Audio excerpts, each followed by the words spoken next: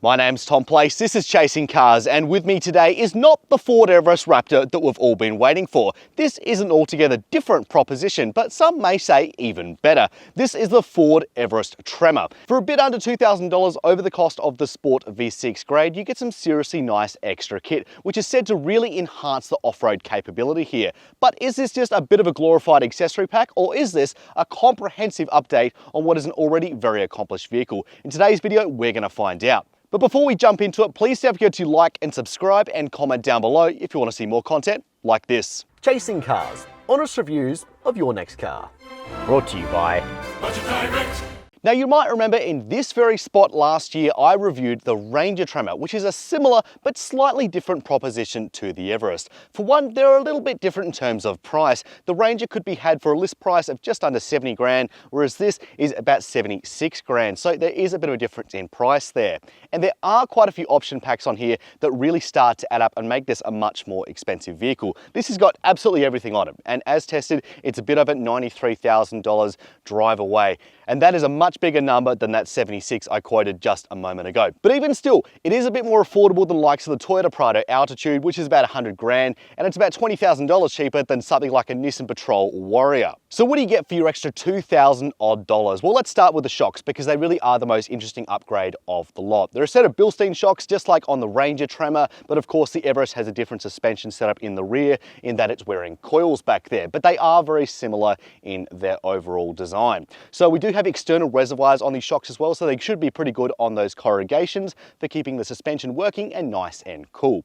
They raise up the height by 29 mils, so it's a pretty decent lift kit actually. And overall, I've found their performance to be pretty good, though we'll get more into that a bit later on. We've also got some other common sense upgrades like wider and grippier AT3 tyres here on 17-inch alloys, some recovery points at the front, and a steel bash plate, all as standard. Now our Everest is fitted with the rough terrain pack. It's going to run you about an extra $3,500, and it does come with a few nice extras. So it has some extra underbody protection which goes underneath the chassis to keep the essentials nice and safe, but it also comes with this steel bar here. Now this isn't able to be fitted with a winch at present, but we understand that is in the works. It's a bit disappointing that Ford doesn't also offer a steel rear bar for the Everest, as we have found that to be a bit of a weak point when we're recently doing some off-roading with the Sport grade. It's also notable that unlike the Raptor, this one doesn't come with a front locking rear diff, though it does come with some extra off-road goodies as we'll get to in just a moment. Jumping into the interior of the Everest Tremor now, and the best news is the fact they haven't really changed much at all. And I say that's good news because I think the Sport is already a very tech-filled,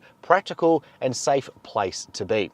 If you want to see a blow-by-blow on all the packaging for all three rows of the Everest Sport, we recently did a comparison between the Prado GXL and that model as well. But today we're just going to focus on what's different about this model. Now, if you're an Everest Sport buyer, one thing you should keep an eye out for is that there's a slight difference in terms of specification. So as standard, you do get leather seats in the Everest Tremor, but you don't get things like heated and ventilated seats and a high degree of electronic adjustment on both seats like you do on the Everest Sport as standard. In this, you have to pay a little bit of extra money to go for an optional package to get those very lovely features. And honestly, I would go for that option. The ventilated seats here, the heated seats, and also just the nice labeling we've got here on the seat as well. It all just looks really nice, and I think you're going to thank yourself for those features on a really hot day. But again, that is an extra cost that you have to take into consideration.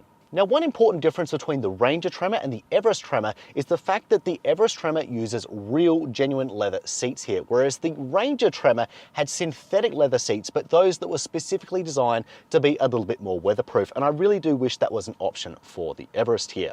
Some other things I pointed that I don't really like is the fact that you have to go for some extra packages to get a 360-degree camera. I really think that should be standard in a car at this price point. And finally, while I do appreciate these lovely floor mats here, I do wish that they were a little bit higher so you don't get your muddy boots on your carpeted transmission tunnel here. So what's it like to drive the Everest Tremor off-road? Well, I feel like the best place to start with this is to see what they've done with the introduction of the new rock crawl traction control mode. So I'm just approaching a mogul now. It left in 4-low, no diff locked or anything, and the normal traction control mode. So I'm just taking it nice and easy. Oh, we're running to a little bit of strife. There we go, and it bites. Ooh, okay. Ooh. Ooh. Okay. Here we go. And put our wheel down there. Yep. Oh. Okay. That was very rough. Far out. Okay, we got up though, okay? We got up. Just a little bit of theatre about it. We found that although the Everest has always been fairly capable off-road, its traction control has just not quite been there, at least in its default settings. So I'm gonna go around now. I'm gonna chuck it into rock crawl mode. Cool, so we've got it in rock mode now, and we're just gonna go up to this obstacle here, approaching it nice and slowly like we were before. A little bit of momentum. Oh. Okay. I'd use a bit more to get through there. I'm going to do that one more time, but with the diffs locked. Okay. Diff is locked. God, it's so much calmer. Nice and easy. Oh, that's incredible. God bless locking diffs. But the good thing is that the diff locker still works while you've still got rock crawl mode working on the front axle. So that's a nice combination to see there.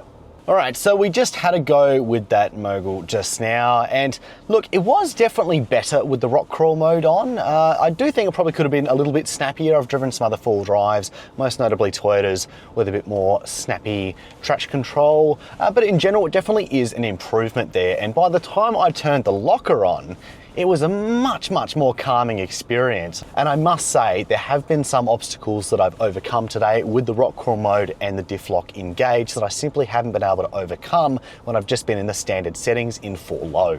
Another key difference between the Everest and the Ranger Tremor is also the engine. That 3-litre V6 is just so lovely in its power delivery, and it's much more smoother when engaging in those tricky off-road situations, and I do think that is one reason to look towards it. I'm glad that that is the engine that they've decided to put in this new grade. It's such a good thing. It is a bit of a shame though that Ford chose not to put trail turn assist, which essentially locks one of the rear wheels so you can do tighter turns in off-road situations, and also trail control, which is kind of an off-road cruise control.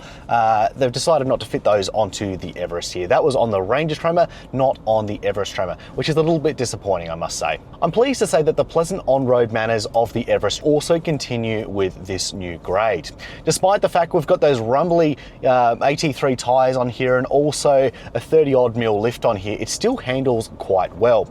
I noticed particularly in corners, I was expecting it to be a little bit more wayward than it would ordinarily, but it was still fairly buttoned down. Mainly, I find the difference between having a lifted version and a non-lifted version is when it comes to the starting and stopping. You do notice that there's a bit more rock about in that regard. But in terms of dynamics, I think it's actually really quite good with these Bilsteins on it. And there's also been a few opportunities when I've been on these dirt roads doing high speeds where I've had a sudden pothole come along and it's grabbed it and it's absorbed it. It hasn't been anywhere near the amount of discomfort that I thought I was going to experience in the cabin, because we do have that very clever suspension setup. So it's a great choice there from Ford. It's also good to see that Ford has fitted a tire pressure monitoring system as standard on the Tremor, though personally, I think that should be standard across the entire Everest range. You know, after spending a good amount of time behind the wheel of the Everest Tremor now, I am also glad that Ford has gone for the Tremor grade instead of a Raptor. Yes, a Raptor would be very exciting, but in terms of what the Everest is best at, things like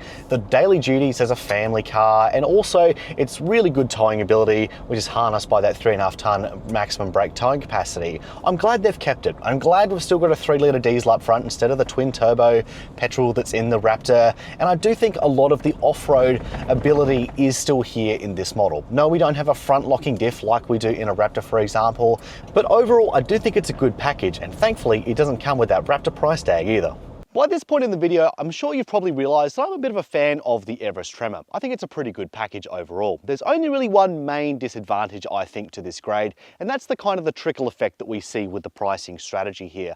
A lot of these packages here seem like no-brainers, and by the time you add them all together, they do come together to be a very expensive vehicle. But at the same time, I do feel like you're getting what you paid for when it comes to your dollar for dollar. If you were to go and do this stuff in the aftermarket, it probably would cost a whole lot more, and you do get things like a full factory warranty on these parts. But there's also other upgrades for the Tremor that are a bit harder to get in the aftermarket, things like enhanced traction control. What also makes the Everest Tremor impressive is the fact that it hasn't compromised on some other things that we love about this model. Things like its family-friendly practicality and also its 3.5 ton towing capacity. Yes, the payload is a little bit less on this model, but really not by much, and I think that is fairly impressive.